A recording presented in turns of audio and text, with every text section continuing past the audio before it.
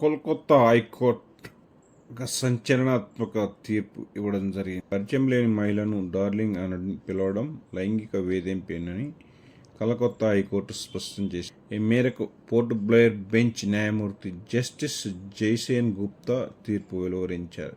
గతేడాది అండమాన్ నికోబార్లో ఓ మహిళా కానిస్టేబుల్ను ఉద్దేశించి మద్యం మత్తులో ఉన్న జనక్ రామ్ అనే వ్యక్తి డార్లింగ్ అని పిలిచి అసభ్యంగా ప్రవర్తించాడు.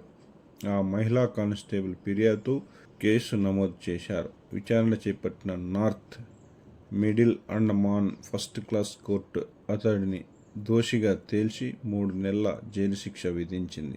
నిందితుడు కోల్కతా హైకోర్టులో పిటిషన్ దాఖలు చేశాడు. విచారణ జరిపిన జస్టిస్ జైసేన్ గుప్తా ధర్మాసనం ఫస్ట్ క్లాస్ కోర్టు ఈ తీర్పును సమర్థించింది. ఎవరు కూడా పరిచయం లేని మహిళను డార్లింగ్ అని పిలిచినా కూడా దానికి శిక్షలుంటాయనేది గుర్తుపెట్టుకొని ఎవరైనా కూడా ఇక నుంచి పరిచయం లేని ఏ మహిళను కూడా డార్లింగ్ అని పిలవడం మానేయాలి. లేదంటే మీరు కూడా ఆ బాధితుల్లో మీరు కూడా చేరుతారు. తస్మాత్ జాగ్రత్త.